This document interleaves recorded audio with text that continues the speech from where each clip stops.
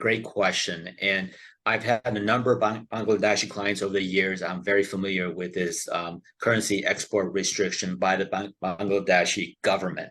Yes. This kind of restriction is happening to more and more countries, especially over the past year where global economy has been in a slump, and a lot of countries have been restricting the export of their money in order to keep the capital inside the country. And so Mm-hmm. this has been a big headache for a lot of E2 investors trying to get their capital to the United States for their business Mm-hmm. investment. Now, one thing that I want you to know is that E2 visa does not require the money to come from the applicant's home country.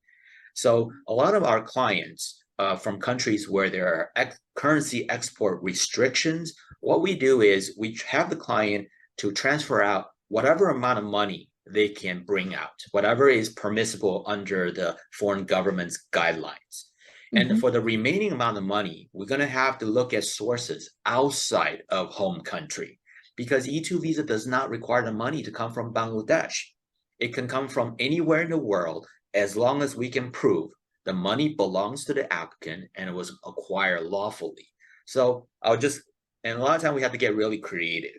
And I'll just give you some example, but the solution is very unique on an individual basis. But some of the solutions Mm-hmm. we utilize for my Bangladeshi clients, for example, and sometimes my Pakistani clients and all over the world that has restriction, where my client took out a personal loan from like a Mm-hmm. U.S. or Canadian relative or friend, and then Mm-hmm. secure that loan against their assets, real estate asset, for example, in Bangladesh, because the loan should be secured, at least partially secured. And then the lender would transfer the loan proceeds to the United States personal account of the applicant.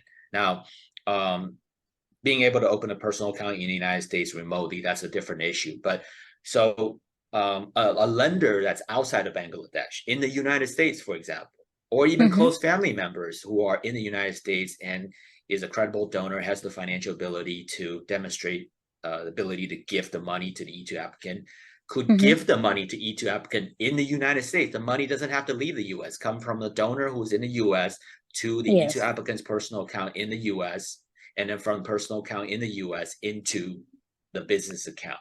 So that Mm-hmm. completely bypasses the headache of Yes. the foreign government.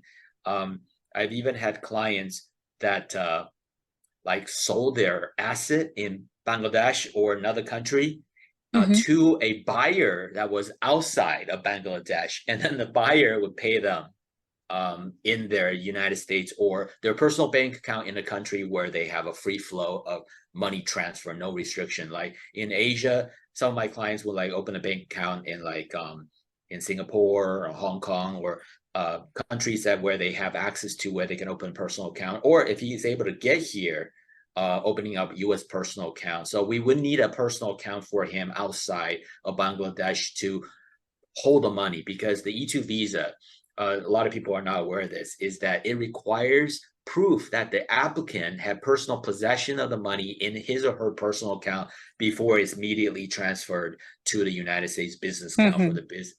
So if he's getting the money from a third party, like friends or family, as a gift for a Mm-hmm. loan structure or selling Yes. asset, that's got to go into his personal account. Obviously, that personal account should be outside of Bangladesh.